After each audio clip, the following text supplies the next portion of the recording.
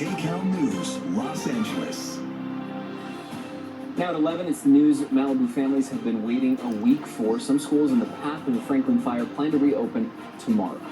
Good evening, everyone. I'm Gio And I'm Leslie Meddy. It has been a trying week, to say the least, for families devastated by the Franklin fire.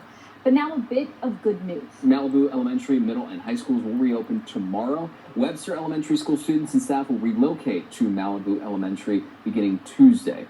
And firefighters are finally getting an upper hand on the wildfire, which broke out nearly a week ago. CAL FIRE says it's more than 40% contained, and all road closures and restrictions have been lifted. To help residents, officials are opening an assistance center at City Hall on Tuesday. But we're not out of the woods just yet. SoCal Edison put on an alert today for high winds and fire risk this week and warned of potential power outages. If there are outages, it could take over 8 hours after the winds subside for power to be turned back on. And let's check in now with meteorologist Evelyn Tapp for a closer look at those dangerous Santa Ana winds returning. Next with a forecast. Yeah, Gio, Leslie, as we get a look outside right now, you will see calm conditions, cool conditions, but the warmth is back, the winds are back, and we do have those fire weather watches going into effect Tuesday, Wednesday, and Thursday.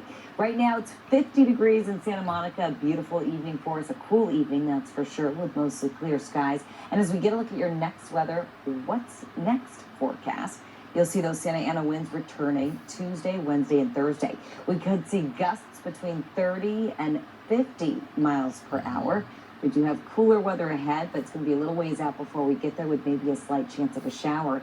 But until then, we are just honing in on those winds, and the Santa Ana wind event that's heading our direction looks to be a moderate event. So again, significant enough to prompt the warnings we're already seeing in those fire weather watches. We'll have more on what to expect wind-wise. We'll have that hour-by-hour futurecast coming up in just a little bit. Again, that's your wind futurecast.